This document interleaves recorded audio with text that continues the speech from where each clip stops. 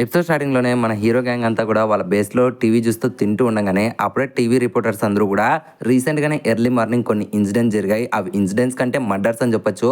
And ఈ murders అని చేస్తున్నది ఒక సింగిల్ పర్సన్ అని చెప్పి చాలా మంది సస్పెక్ట్ చేస్తున్నారని చెప్పి న్యూస్లో వస్తూ ఉంటాయి. ఇంకా ఆ న్యూస్ను మనోళ్ళందరూ కూడా చూస్తూ ఉంటారు. అండ్ ఈ గ్యాప్లోనే మనోళ్ళందరికీ లైవ్లో తెలిసే మ్యాటర్ ఏంటంటే ఇప్పుడు అట్లాంటి ఒక ఇన్సిడెంటే వీళ్ళ చుట్టుపక్కల ఉండే హిరసక అనే లొకేషన్లో అయితే జరుగుతున్నట్లు న్యూస్లో అయితే చూపిస్తూ ఉంటారు. ఎందుకంటే అక్కడంతా కూడా ఒక వింత ఫాగ్ అనేది చుట్టుకుంటూ ఆ సిటీ లోపల ఏం జరుగుతుందని చెప్పి బయట ఉండి వాళ్ళకి ఎటువంటి ట్రేస్ కూడా తెలియకుండా ఉంటే ఇంకా ఆ న్యూస్ని టీవీలో టెలికాస్ట్ చేస్తూ ఉంటారు.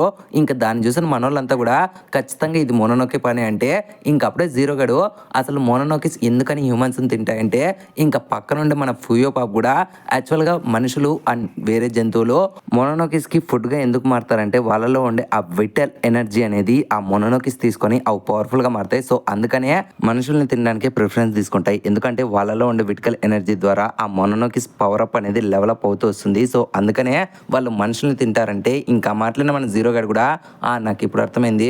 రాఘో మెమరీలో కూడా ఆ అమ్మాయి గడు రాఘో గారిని కంట్రోల్ చేయడం కోసం తన చుట్టుపక్కల ఉండే ఆ సిటీలో ఉండే అందరు మనుషుల్ని కూడా తినేశాడు.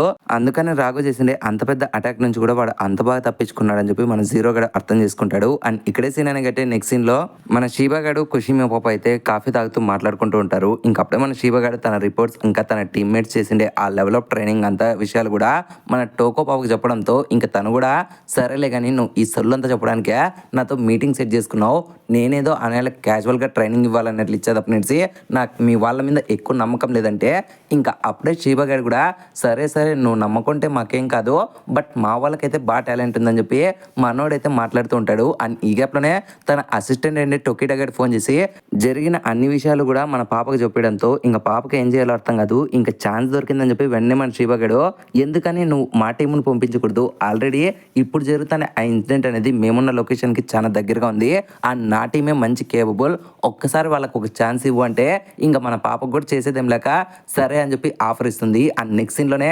మనోళ్ళందరూ కూడా ఆ హిరసక లొకేషన్ దగ్గరికి వస్తారు. ఇంకా మనోళ్ళకి ఇంకా ఆ లొకేషన్కి మధ్యలో ఒక బ్రిడ్జ్ మాత్రమే అడ్డంగా ఉంటుంది. ఇంకా అంటేనే మనోళ్ళందరూ కూడా ఆ బ్రిడ్జ్ దాటి లోపలికి వెళ్దాం అనుకుంటాడు. కానీ ఈ గ్యాప్లోనే షీబా గడు ఆగండి, యాక్చువల్గా లోపల ఒక్క మోనోనోకి అయితే అస్సలు లేదు అని చెప్పి పక్కనే ఉండే మన ఫియో పాప్తో లోపల ఎంతమంది ఉన్నారు నువ్వేమన్నా గ్రహించగలవా అంటే ఇంకప్పుడే మన ఫియో పాప్ కూడా అది నేను కూడా క్లారిటీ చెప్పలేనండంతో ఇంకా ఆ మాటలైన శివ గారు కూడా తన ముందర ఉండే తన టీమ్మేట్స్తో ఓకే గైస్ మన బ్లాక్ టార్చ్కి అఫీషియల్గా ఒక మిషన్ అనేది వచ్చింది, అందరూ జాగ్రత్తగా ఉండండి. ఇప్పుడు మనం చూడబోయే ఈ లొకేషన్ వచ్చి హిరసాక ప్లేస్ అయినా సరే ఇది కంప్లీట్గా మోనోనోకిస్ కంట్రోల్లోకి వెళ్ళిపోయింది. దాదాపు ఒక డెకేట్ అయింది ఇట్లాంటి ఇన్సిడెంట్ జరిగి. And for the first time నేను మిమ్మల్ని నమ్మి లోపలికి పంపిస్తున్నాను. అండ్ మీరు వేసుకోండి ఈ సూట్లలో కూడా కొన్ని చేంజెస్ చేసాం. అండ్ వీటి లోపల ఉండే స్పెషల్ న్యూట్రలైజర్ ద్వారా ఆ మోనోనోకిస్ పవర్స్ని అయితే ఇవి హ్యాండిల్ చేస్తూ ఉంటాయి. అండ్ మీకు కూడా ఎటువంటి గాయాలు కూడా తగలవు. అండ్ మోస్ట్ ఆఫ్ ది టైంలో మీకు ఇవ్వబడేది కేవలం మూడు ఆర్డర్స్ అనమాట. మొదటిది సర్వైవల్స్ ఎవరైతే బతుకుంటారో వాళ్ళందరినీ కూడా రెస్క్యూ చేయడం, అండ్ రెండోది ఈ ఫాగ్ని అయితే పోగొట్టడం, అండ్ ఫైనల్గా మూడోది దీనికి కారణం ఏంటి ఆ మోనోనోకిస్ని చంపేయడం లేకుంటే కుదిరితే క్యాప్చర్ చేయడం. ఈ మూడు ఫిలాసఫీని ఫాలో అవ్వండి.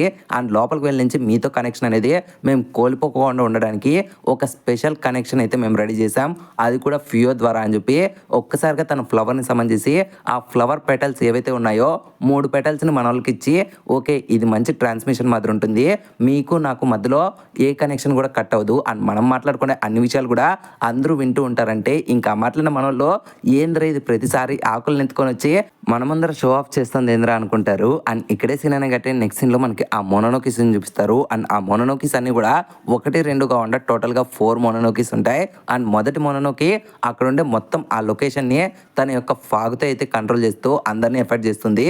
అండ్ రెండో మోనోనోకి ఆ హిరసాక లొకేషన్లో ఎవరైతే మనుషులు ఎఫెక్ట్ అయింటారో వాళ్ళందరినీ కూడా ఒక బ్యారియర్ ద్వారా ఒక అన్నోన్ లొకేషన్కి తీసుకొని వెళ్తూ ఉంటుంది. ఎందుకంటే ఇంతకు ముందర మన ఫియో పాప చెప్పినట్లు వాళ్ళందరినీ తినేసి వాళ్ళలో ఉండే వర్టికల్ ఎనర్జీని పెంచుకోవడం కోసం. అండ్ పక్కనుండే మిగిలిండే 2 మోనోనోకిస్ కూడా ఒకటి ఇంకొక మోనోనోకి బాడీ గార్డ్గా ఉంటే ఇంకొక మోనోనోకి ఇంకొక అమ్మాయికి బాడీ గార్డ్గా ఉంటుంది.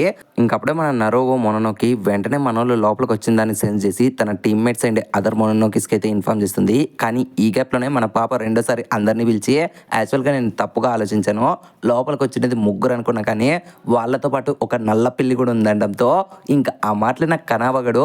అలాగైతే వాడు ఖచ్చితంగా ఆ రాగోనే ఏంటాడు.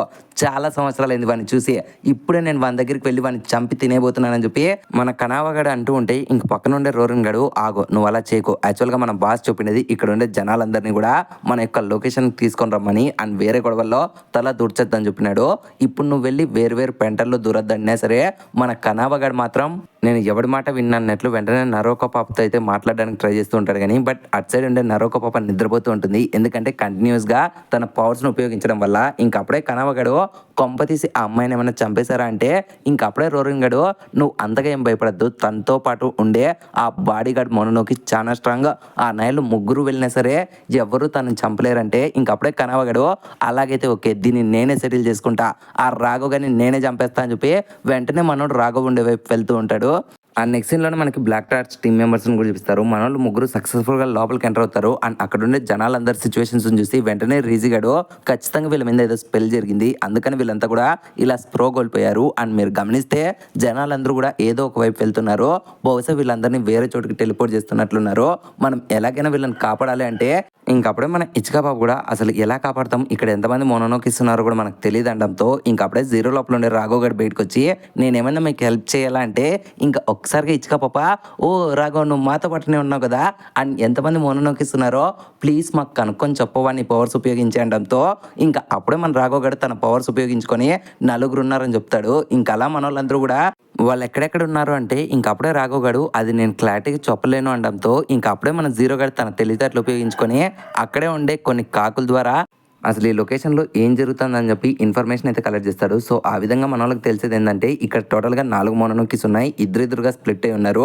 ఒక లేడీ మోనోనోకి ఇక్కడ ఉండే అంత లొకేషన్లో కూడా ఫాగ్ని అయితే ఏర్పాటు చేసి జనాలందరినీ కూడా ఎఫర్ట్ చేసింది. సో ఆ విధంగా తనను గార్డ్ చేస్తున్న పర్సన్ అయితే తనకు ప్రొటెక్షన్గా ఉన్నాడు అండ్ ఇంకొక సైడ్ ఆ అందరి ఎఫెక్ట్ అయిన పర్సన్స్ని కూడా ఒక పర్సన్ అయితే తన వైపు లాక్కుంటూ వాళ్ళని వేరే లొకేషన్కి అయితే టెలిపోర్ట్ చేస్తున్నాడు అండ్ తన దగ్గర కూడా ఒక మోనోనోకి ప్రొటెక్ట్గా ఉన్నాడని చెప్పి మన వాళ్ళకి తెలుస్తుంది. ఇంకా ఆ విధంగా మన వాళ్ళు ఏం చేద్దాం అనే టైంలో వెంటనే మన జీరో గడు సరే మనం ఇద్దరిద్దరుగా స్ప్లిట్ అవుదాము, ఎవరెవరు వెళ్ళాలి అనడంతో ఇంక ఏమాత్రం డిలే చేయకుండా మన రేజీ గడు నేను ఇచ్చుక పాప ఒక పక్కకు వెళ్తాం, నువ్వు రాఘవ్ ఇంకొక పక్కకు వెళ్ళు అనడంతో ఇంక అప్పుడే జీరో గడు నాకు తెలుసురా ఈ డైలాగ్ నువ్వు చెప్తావని, నువ్వు నీ కకృతి తగలయ్యా అనుకుంటాడు.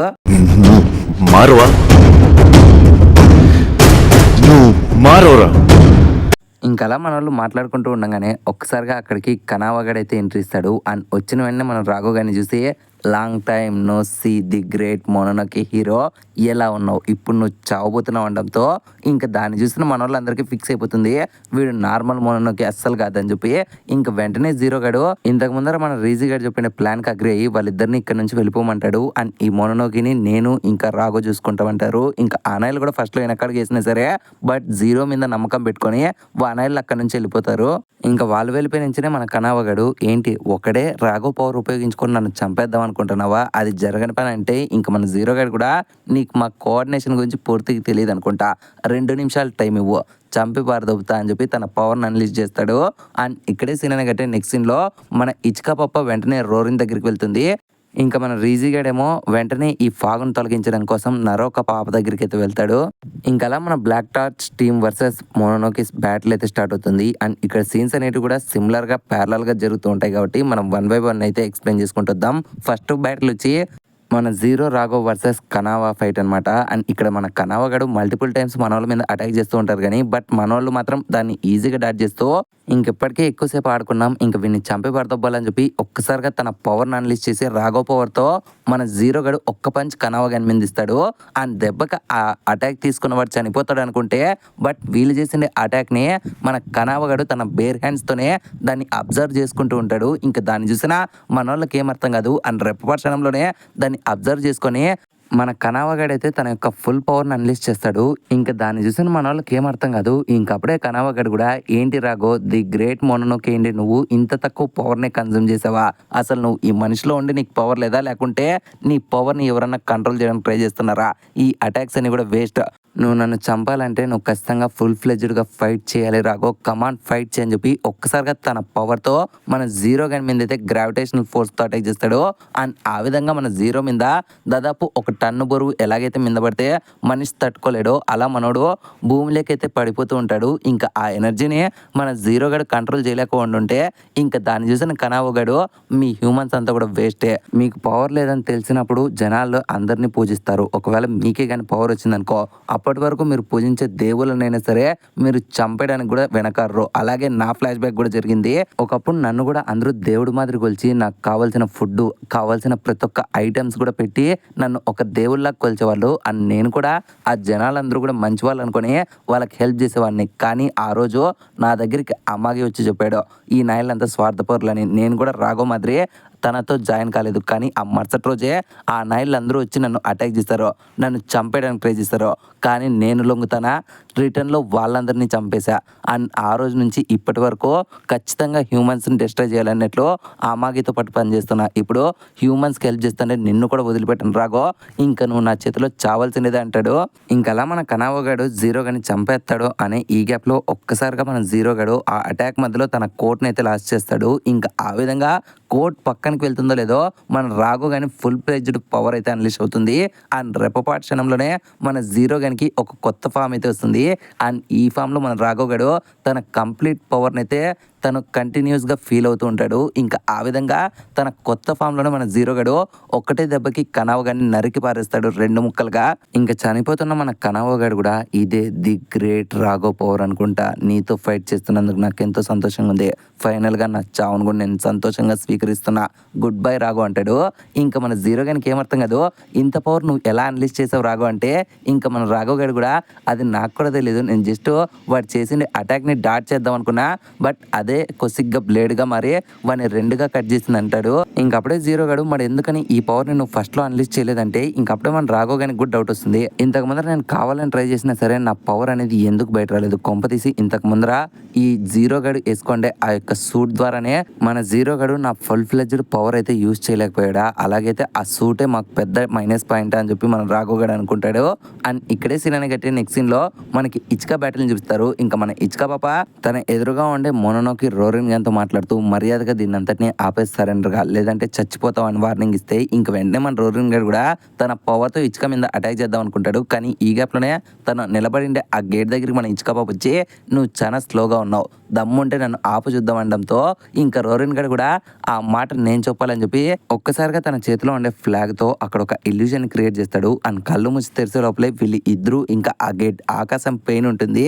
ఇంకా దాన్ని చూసిన ఇచ్కా పాపకి ఏమర్థం కాదు, తను కానీ పొరపాటున కింద పడిపోతే చనిపోతా అనుకుంటుంది. ఇంకా అప్పుడే రోరిన్ గడు కూడా ఓసే పిచ్చిదానా ఇది నా ఇల్యూషన్, ఇక్కడ నేను ఏది తలుచుకున్నా చేయగలను అండ్ నువ్వు నా దగ్గర నుంచి తప్పించుకోలేవు అని చెప్పి ఓవర్ కాన్ఫిడెంట్గా ఉంటాడు. కానీ బట్ రెప్పపాటు క్షణంలోనే మన ఇచ్కా పాప వాని మీద అటాక్ చేసి వాడిని ఒక్కసారిగా పెయిన్ నుంచి కిందికి త్రో చేసేస్తుంది. ఇంక వాడు చచ్చిపోయాడని చెప్పి మన ఇచ్కా పాప అనుకుంటుందో లేదో ఒక్కసారిగా మనోడు వెంటనే గాల్లో ఎత్తే తన రెక్కల్ని అన్లాక్ చేసి వెంటనే మనోడు ఆకాశంలో ఎగురుతూ నేను ఆల్రెడీ చెప్పా కదే ఇది నా ఇల్యూషన్, ఇక్కడ నేను ఏది తలుచుకుంటే అది చేయగలను, సపోజ్ ఇప్పుడు చూడు నీకు చూపిస్తా అని చెప్పి ఒక్కసారిగా మన ఇచ్కా పాప వేసుకునే సూట్ని తను ఒక స్కూల్ డ్రెస్గా మారుస్తాడు. ఇంకా తనకి ఆ స్కూల్ అవుట్ ఫిట్ ఎంత బాగుందని చెప్పి తన అందం గురించి అయితే పొగుడుతూ ఉంటాడు. ఇంకా ఈ గ్యాప్లోనే మన ఇచ్కా పాప ఫస్ట్లో సిగ్గుపడుతున్నా సరే బట్ వెంటనే మన పాప ఇదైతే గమనిస్తుంది ఇది ఒక ఇల్యూషన్ అండ్ వెంటనే తనకు ఉండేది ఒరిజినల్ సూటే బట్ ఇది కనపడడానికి స్కూల్ డ్రెస్ మాత్రం ఉందని చెప్పి ఒక్కసారిగా తన చేతి మీద ట్యాప్ చేయడంతో వెంటనే తను మాయమైపోతుంది. ఇంకా దాన్ని చూసిన మన రోరిన్ గానికి ఏమర్థం కాదు తిని ఎక్కడికి మాయమైపోయింది, కొంప తీసి తప్పించుకుందా, అయినా సరే నా ఇల్యూషన్ నుంచి తప్పించుకోలేదు అనుకుంటలేదో ఒక్కసారిగా మన ఇచ్కా పాప తన నెత్తి మీద అయితే ప్రత్యక్షమయ్యి ఏంట్రా నువ్వు ఇంతకు ముందర నుంచి ఏదో సొల్లు చెప్తున్నావు బట్ నువ్వు చేస్తానేదంతా కూడా ఇల్యూషన్ అని చెప్పి నాకు అర్థమైపోయింది, ఇదిగో నీ ఇల్యూషన్కి నేను ఒక నార్మాలిటీ క్రియేట్ చేస్తాను అని చెప్పి తను పెట్టుకోండి ఆ కొమ్ముల్ని 2 కట్ చేసేస్తుంది. ఇంకా ఒక్కసారిగా తను చేసిండే ఆ ఇల్యూషన్ అంతా డిస్ట్రాయ్ అయిపోయి వీళ్ళుండే ఆ నార్మల్ లొకేషన్ అయితే మనం చూపిస్తారు. ఇంకా అప్పుడే మన ఇచ్కా పాప నీ అట్లాంటి ఇల్యూషన్స్ చేసే మోనోనోకిస్కి నీకుండే ఆ కొమ్ముల్ని కట్ చేస్తే మీ పవర్ అనేది వేస్ట్ కింద మారిపోతుంది, ఇప్పుడు నువ్వు కూడా మాట్లాంటి నార్మల్ మనిషివే, నువ్వు ఏం పీక్లేవు, మర్యాదగా సరెండర్ అవుతావు లేదంటే చచ్చిపోతావు అని చెప్పి మన రోరిన్ గన్కి అయితే వార్నింగ్ ఇస్తుంది. అండ్ ఇక్కడే సీన్ అనే గట్టే నెక్స్ట్ సీన్ లో మనకి రీజీ గన్ చూపిస్తారు. ఇంకా మన రీజీ గన్ బ్యాటిల్ అనేది ఇక్కడ 1 vs 2 కింద మారుతుంది. ఎందుకంటే ఇక్కడికి మన రీజీ గడ్ వచ్చిండేది ఆ నర్ర పాపని డిఫీట్ చేసి ఈ ఫాగ్ ను పోగొడదాం అనుకుంటాడు. బట్ ఇక్కడ తనకు బాడీ గార్డ్ గా ఉండేది ఎవరో కాదు, తను ఇన్నాళ్ళు ఎవరిని చూసి భయపడుతున్నాడో ఇంకా ఎవరినైతే కలవాలనుకుంటున్నాడో ఆ పర్సన్ అనమాట. ఇంకా ఆ పర్సన్ కూడా మన రీజీ గన్ చూసి రెప్పపాటు క్షణంలోనే మన రీజీ గన్ దగ్గరికి వచ్చి తన స్క్వాడ్ ని బయటికి తీస్తూ యువర్ టూ లేట్ అని చెప్పి ఒక్కసారిగా మన రీజీ గన్ మీద అటాక్ చేయడానికి అయితే వస్తాడు. ఇంకా తనని చూసి మన రీజీ గడ్ కూడా భయపడుకుంటూ ఇది నువ్వేనా అన్నయ్య సింజి అంటాడు.